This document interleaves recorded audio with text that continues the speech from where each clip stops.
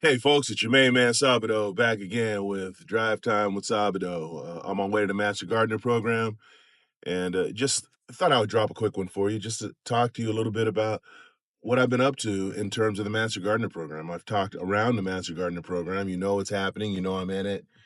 You know I've been going to class, but what you don't know is you don't know what I've been learning because I haven't been talking about it. So I thought I'd talk to you a little bit about what I'm learning from the Master Gardener program, maybe some of the concrete stuff, just in terms of the gardening itself, and some of the other things that I'm learning as well. Because I think that the reason that I share these videos isn't because I think I have some type of infinite wisdom.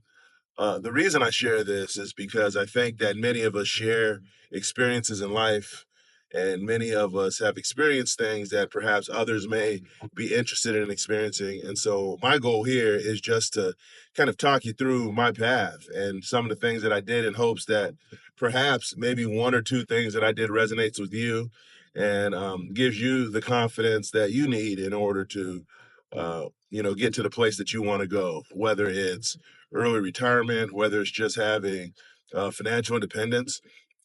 I mean, even if you're still working and you've got a job that you hate and you want to change career fields, find a better job, find a better environment, find better coworkers, whatever it is. But my goal here is just to share that information because, I'd like to tell you that I had some master plan and I had this ultimate wisdom, and it gave me the wisdom to retire at 51, but it didn't. The only wisdom that I really had coming through the ranks was just listening to people. There were a lot of people that had a lot of pieces of information that they gave me through the course of the years that they didn't have to give me.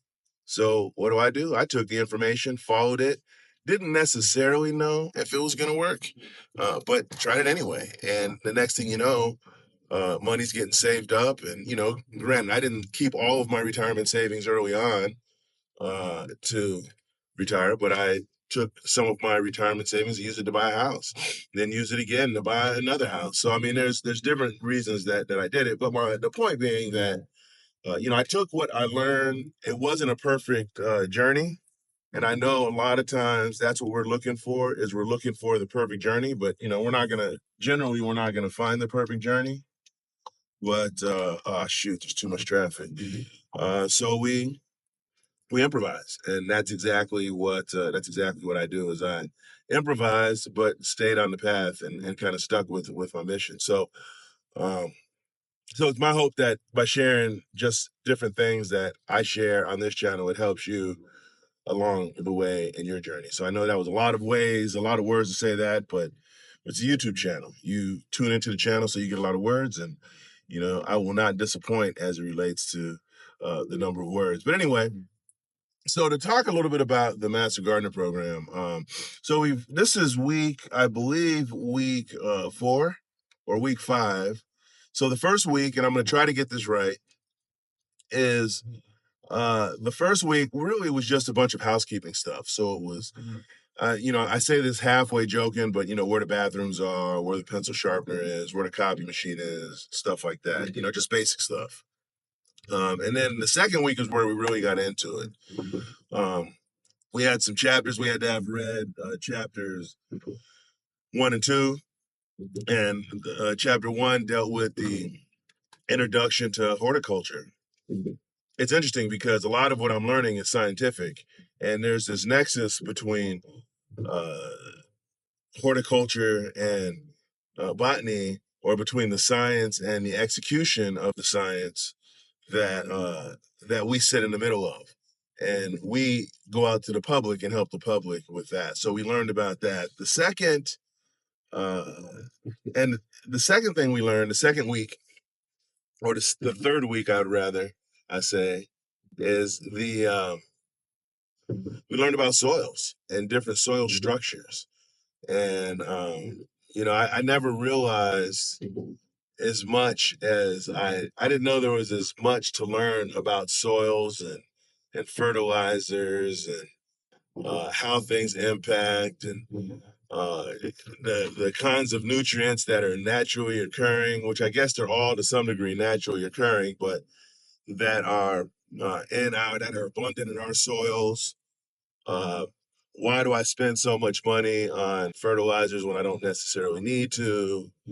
have I been focusing on the wrong stuff up to this point as I've tried to grow my garden and build my garden? So all of these questions come into my mind. So then the next we talked about roots.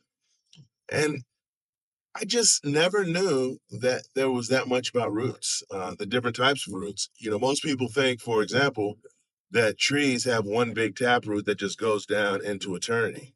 But that's just not the case. The taproot on a lot of wooded plants tends to fall off when it's short, and the roots tend to spread out laterally over long distances. And so when you water trees, you don't water them by the base, which is what I've always done. I've always watered them. All right, you're supposed to water them out near the drip line out to the edge of the line of the trees.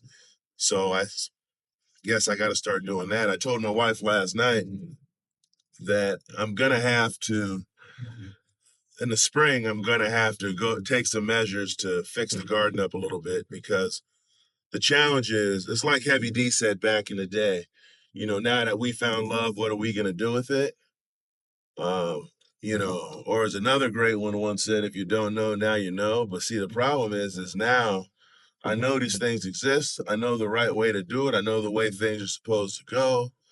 I have an understanding of how to build my soil. All the things that I thought I might have known how to do, I've actually learned how to do, or at least theoretically learned how to do now. So when the spring comes around, I'm gonna have to go back and fix everything because I just, it's one of those things that if I know it's screwed up, then I have to fix it. I can't allow myself to not fix it. I think that would be uh, the abject wrong thing to do. So I'm gonna, yeah. So what I think I'm gonna do is I'm gonna rework some of the bark that we have in the back. We're gonna rework some of the mulches and some of the irrigation, particularly for the trees and some of the other wooded plants. And see how that goes. I mean, I think I'll probably end up okay, but yeah. So I'm learning a bunch of those things, and then the last one. What was the last? Geez, there was one more thing that we learned, but I think roots was it because roots was last week, and then this coming week we have insects.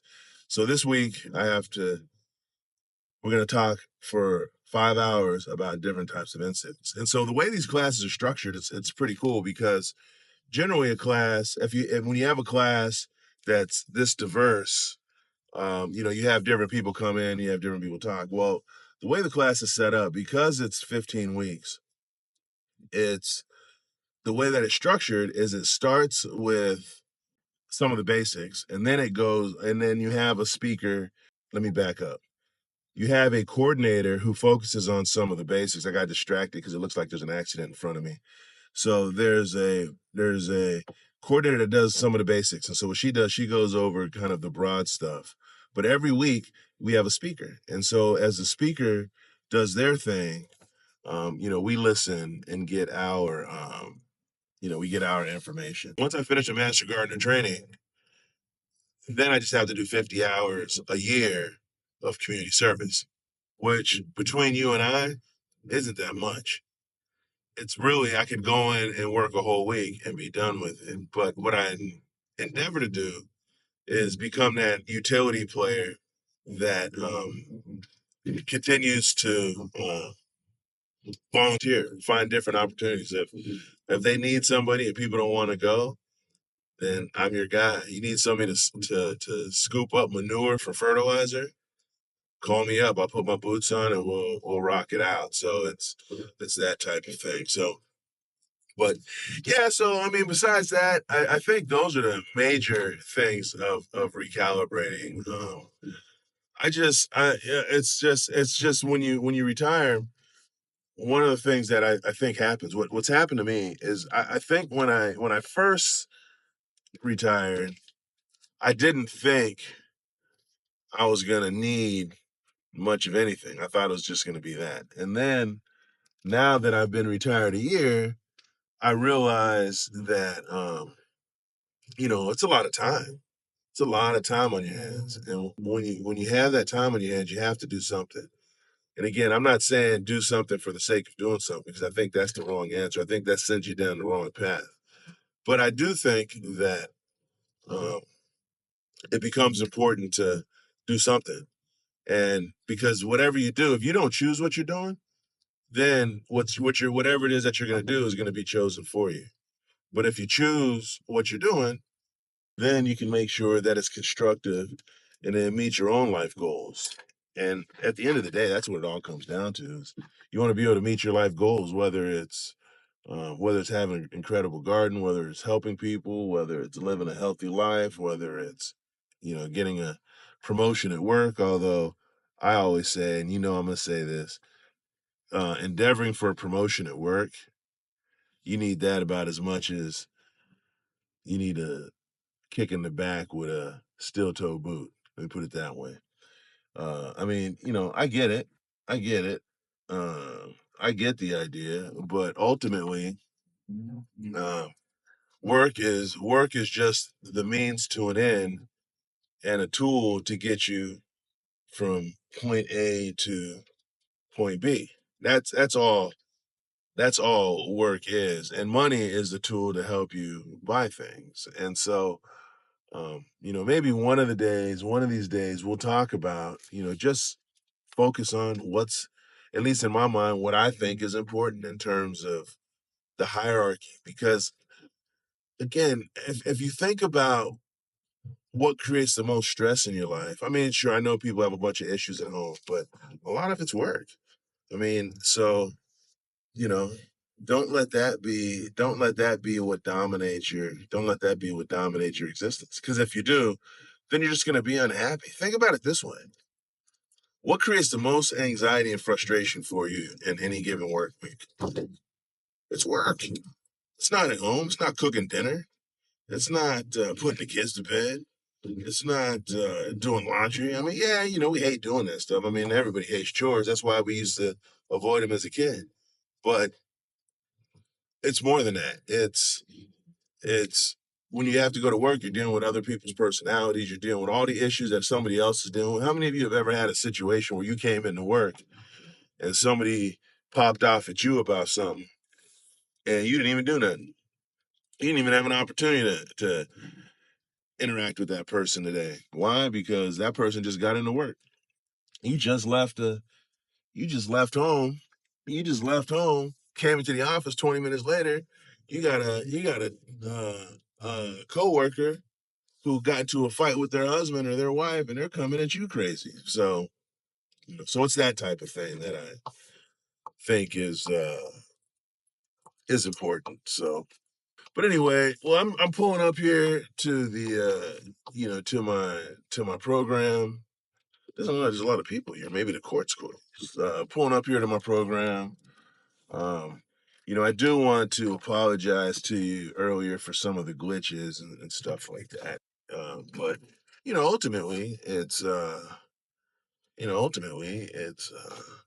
just kind of how we do things around here. So there's technical difficulties, there's glitches, but the information you're getting is always raw and uncut, and that's how we roll. So, well, I think I see another one of my classmates, so I'm gonna go ahead and roll out. But hey, on that note, have a good rest of your day, and I will talk to you soon.